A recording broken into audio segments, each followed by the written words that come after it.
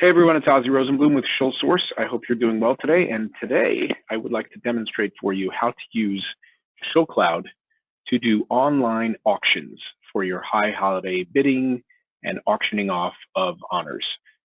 This year more than ever, for obvious reasons, many synagogues are streamlining, shortening, and putting more and more of their programming online and just really trying to knock out as much as they can so that they can minimize the amount of time that they spend together in the room for those that are going to be together in the room. And one of those things is the auction. The auction, as we know, on the business side of Shul business is a significant financial portion of the high holidays in addition to seats. And it's been a struggle lately in the Shul world. So getting those auctions online is something that a lot of Shuls are talking about. And hopefully this gives you a quick rundown on how to get that done and get it done fast and effectively and use the tool for some additional cash flow. So I'm going to share my screen and we'll just jump right in and do a quick demonstration using one of my favorite Shuls in the Los Angeles area, the West Side Shul. Okay, let's just make sure the screen is sharing. Yep, okay. So West Side Shul in LA. Love those guys. They're the best. I'm gonna turn off my camera because as handsome as I am, you probably just want to see how to do this. Boom. All right, so let's just jump right in. As I always like to explain whenever setting things up in ShulCloud, I like to think in building blocks and make sure that sort of like the pre-launch checklist, the prerequisites are handled. So let's just talk concepts for a second. Your auction is going to result in people being billed for auction items. So one of the first things you want to do is go to admin menu, my lists, and make sure that you have a charge type set up so that you can bill auction items. So we already did that here for the demonstration. So we have a charge type here set up called High Holiday Auction. Side note, if you want to have more granular information about the auction results and you want to have a charge type for Rosh Hashanah versus Yom Kippur auctions or Sukkot auctions, now's the time to think about that as well. The other thing that I would remind everyone is when you create a new charge type, please always make sure that it is linked in the gateways. So go into your gateway settings and make sure that that new charge type has a gateway assigned, otherwise people won't be able to pay. Now that we have that taken care of, the next building block is going to be an honor schedule type. I went ahead and pre-created these, but basically these are your buckets. These are your sort of like containers for each list of auction items. So I plan on organizing this demo auction into 3 different days: Rosh Hashanah, day 1, day 2, and then Yom Kippur. And the truth is that Yom Kippur should probably be broken up as well to Kol Nidrei night, but once we start doing this, you'll understand the importance of why. But this is one of the pre-steps before you get into the module and start trying to set things up. You've got to make sure that you've got your honor schedule type set up. And keep in mind that for subsequent years, you will easily be able to clone these items. So you will have the ability to preload all the different settings and items that you're creating now next year. So that'll save you a lot of time when you need to do this again. So with those 2 building blocks done, one more thing that we need to look into is just to be aware of. You may want to make some changes, but in your text templates, there's a bidding section. These 4 messages are the messages that are going to be associated with the auction items. They're going to be sent out depending on your settings during the auction as people bid and get outbid, and then finally when things are done. So if you want to customize the text in this message and the wording, that's something that you should look into as well, but the standard defaults certainly do the job. Now that we handled some of those building blocks, let's just jump right in, get under the hood of the module itself. So in your admin menu, you should be seeing this honor scheduling / bidding option. That is where we're going to do our work today. Now this system has other function uses for just general planning and distributing of honors.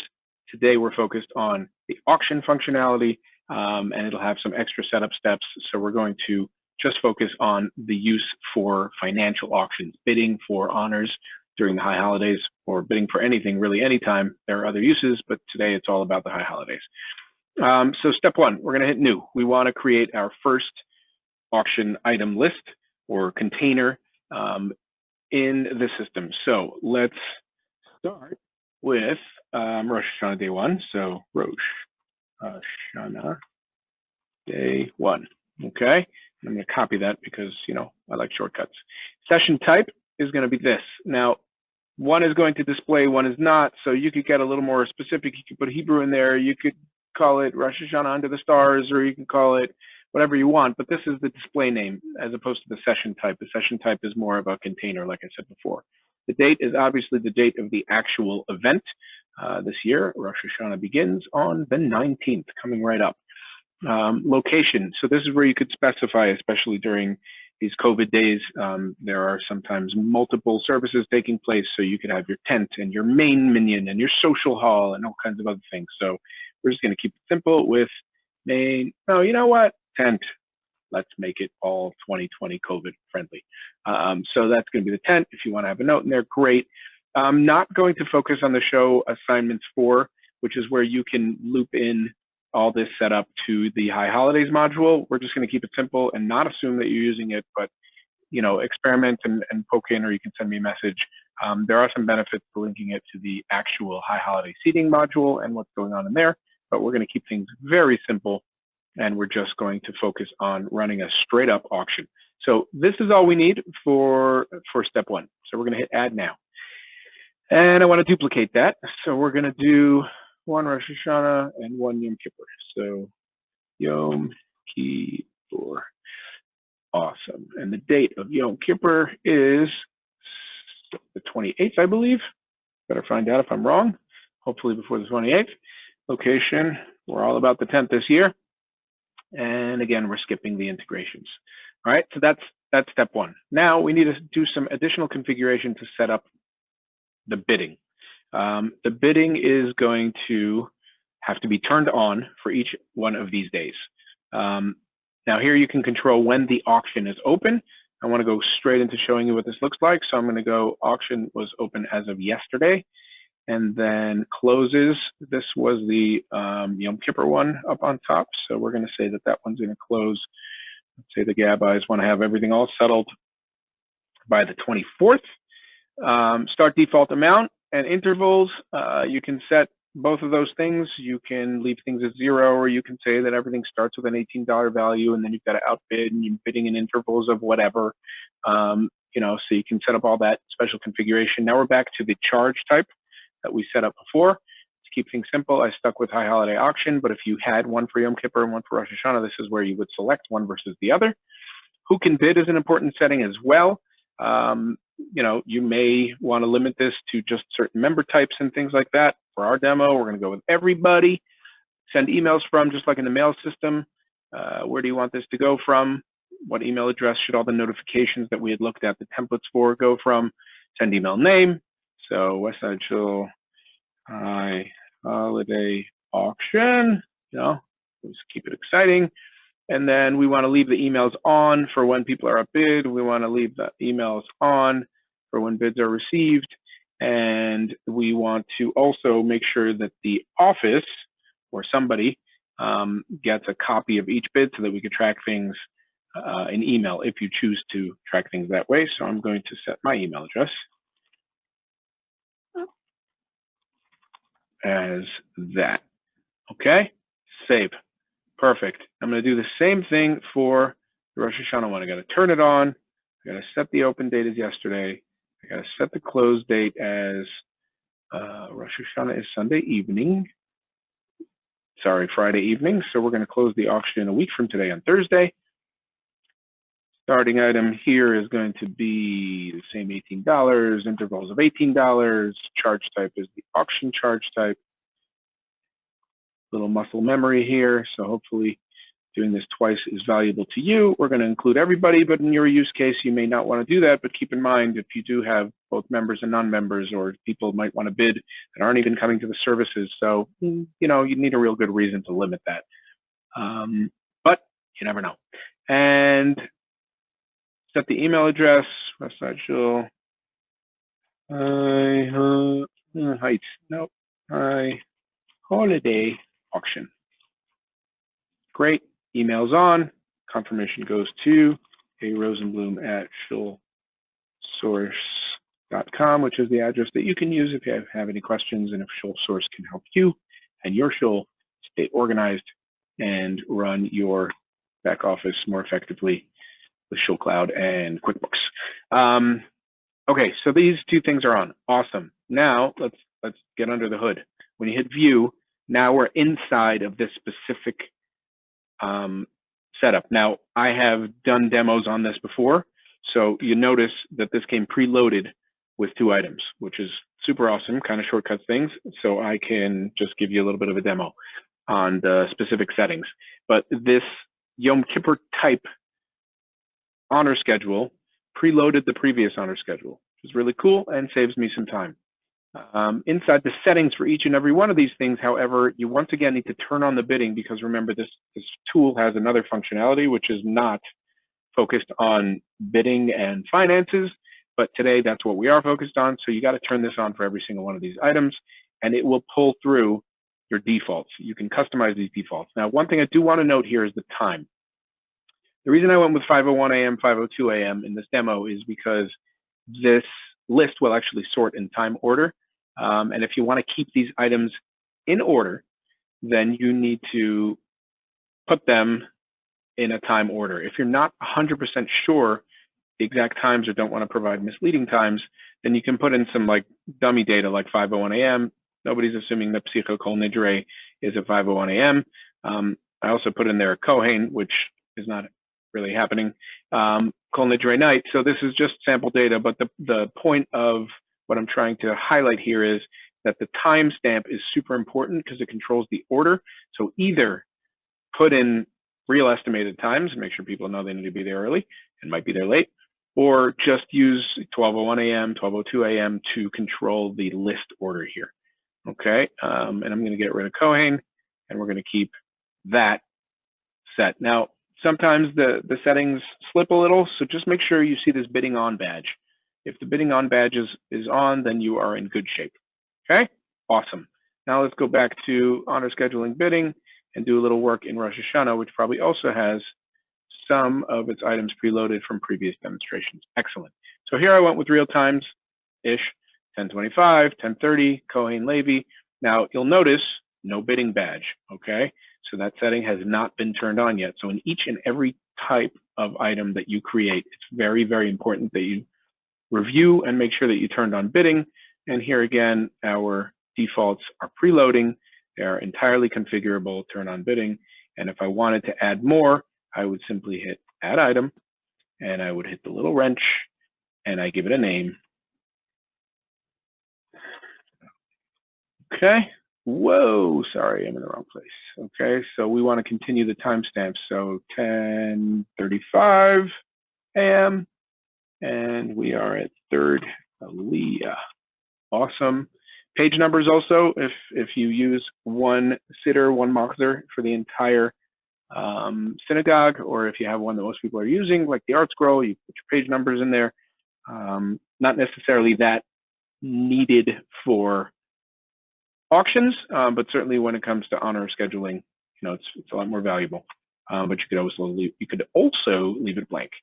So there we go. That was how you add additional ones, and it just keeps building and building and building and building, bidding on, bidding on, bidding on, which was, the important thing that we wanted to see. Now, technically, you could continue doing this. You could do your indoor minion, you could do your outdoor minion, your tent, whatever you got going on. You could do Rosh Hashanah, Yom Kippur, Sukkot, create all your auctions. Now, every single ShulCloud site has the same bidding page.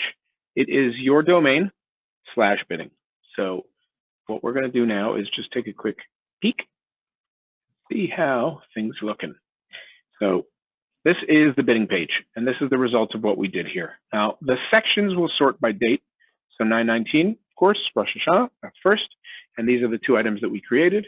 And you can see that it's forcing the opening bid to be 18 or more because we had set the default minimum bid as 18. So if I try to do 10, not going to take it. Not going to take it. See that? No, no, no. Then you've got the next section down below. Now, people, of course, can participate in 1, 2, 3, none specific ones. If they fill out a number for this and not fill out for this one or that one, no problem. All they have to do is hit confirm bids. So what I'd like to do next is I'm going to grab the tab and throw it on the other side here and log in as my account for Westside Shul.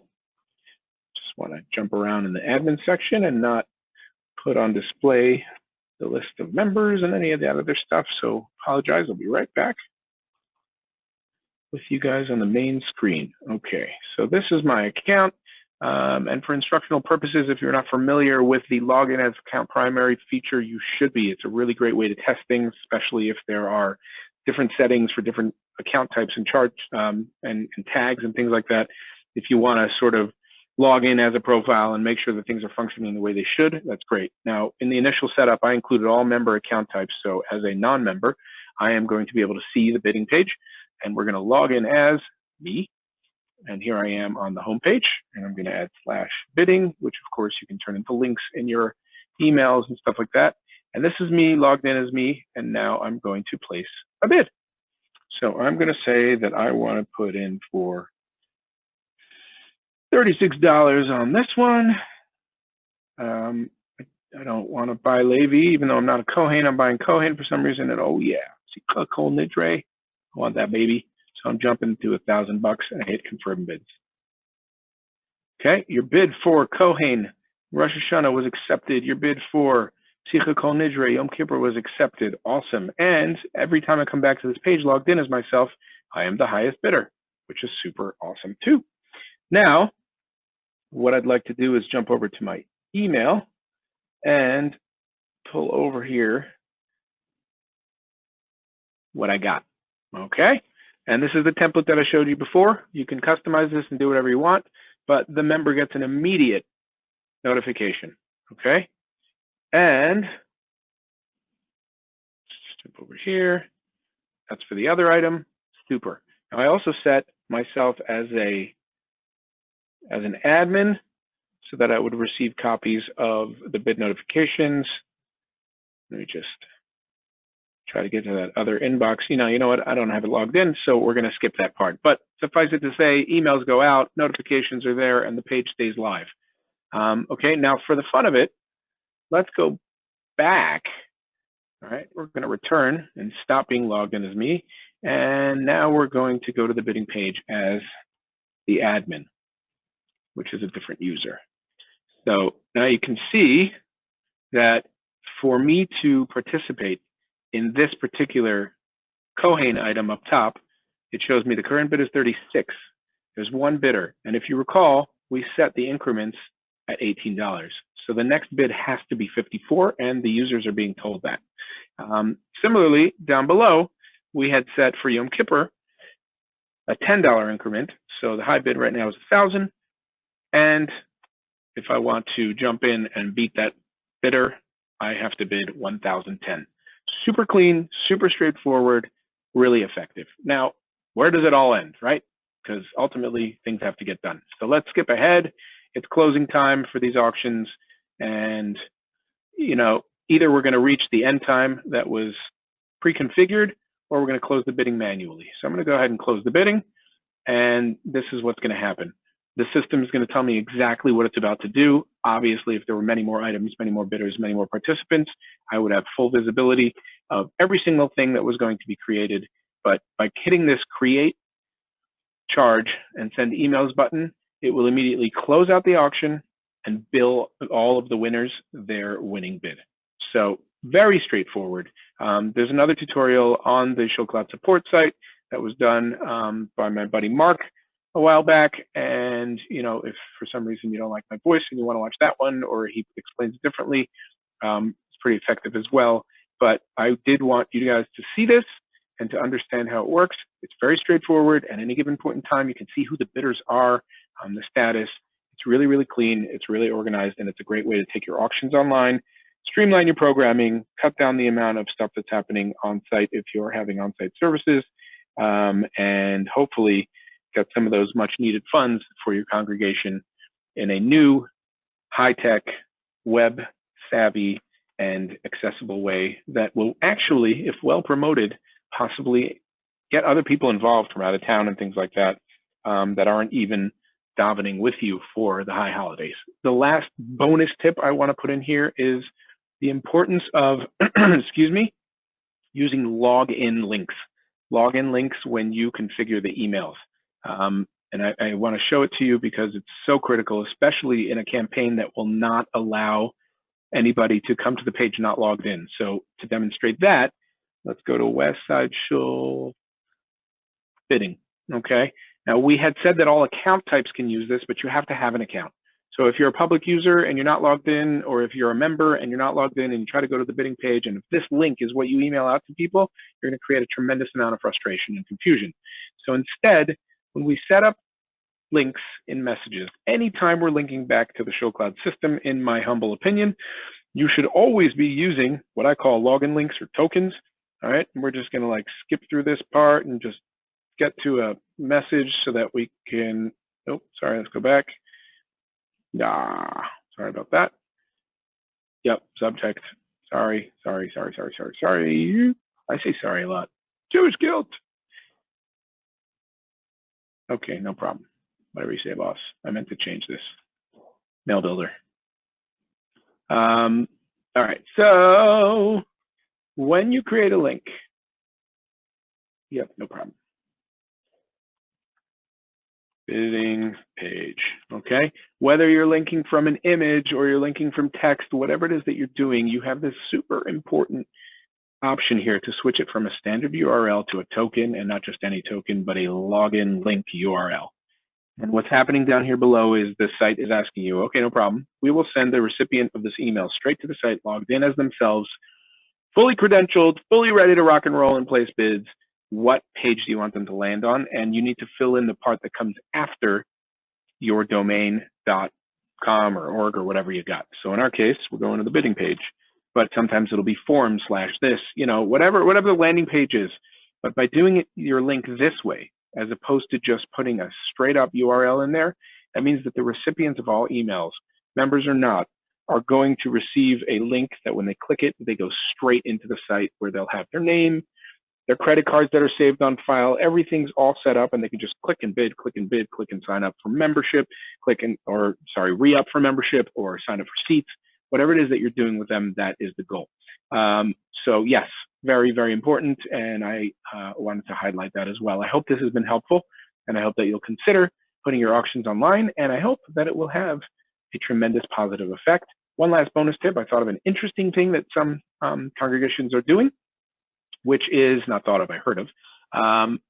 Some congregations are putting these auctions up, cutting them off, and then in person, they're providing one last chance for people to outbid. So you save a lot of time that way by not doing all the back and forth. Debatable. I'm not sure I love it. I feel like it disincentivizes people from participating in the online bid if they could just show up and swoop in. You know, sometimes if you don't feel a deadline, you don't get it done. But it's up to you guys to consider how you want to approach it. And with that, I wish everyone a Shana Tova Metuka. Everyone should have a healthy, happy, successful new year. And we should see only tremendous amounts of happy, enjoyable, healthy moments in the coming year. Good luck, everyone. If I can be of any assistance, this is Ozzy with ShulSource, and I'm happy to help out. Reach out. We're a super awesome team of professionals that know our stuff when it comes to Shuls, when it comes to ShulCloud, and when it comes to QuickBooks. Check us out at ShulSource.com. Have a wonderful day. Thanks for watching.